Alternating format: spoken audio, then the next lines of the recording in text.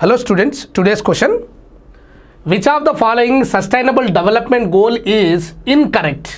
ఈ క్రింది సుస్థిర అభివృద్ధి లక్ష్యాలలో సరికానిది అంటే ఇచ్చినటువంటి నాలుగిట్లో ఒకటి సరికానిది ఉందని విద్యార్థులు గమనించాలి.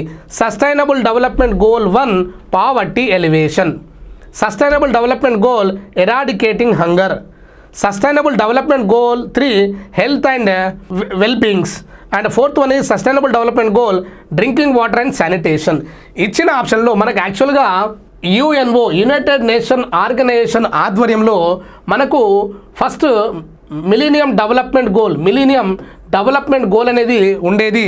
అది 2000 నుంచి 2015 వరకు 8 లక్ష్యాలను ఎంచుకొని 2015 నాటికి నిర్మూలించాలనేటువంటి కాన్సెప్ట్ ఉండేది.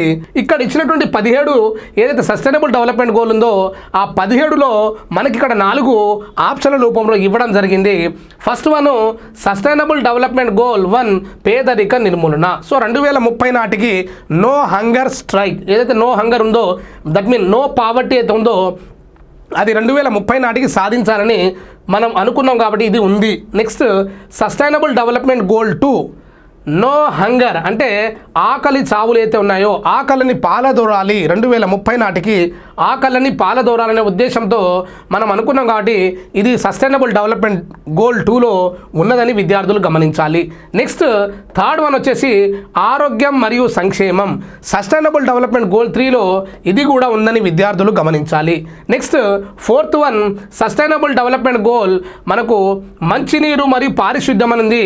ఇక్కడ ఈ ఫోర్త్ గోల్ ఏదైతే ఉందో ఇక్కడ మంచి విద్య అనేటువంటి ఆప్షన్ అనేది కరెక్ట్ కాబట్టి సరికానిది ఏంటంటే ఇది సరికానిదని గుర్తించాలి. ఇక్కడ ఇచ్చినటువంటి మంచినీరు మరియు పారిశుద్ధ్యం అనేది సస్టైనబుల్ డెవలప్మెంట్ గోల్ 6th అని విద్యార్థులు గమనించాలి. సో సరికానిది ఏంటంటే 4th one is the right answer.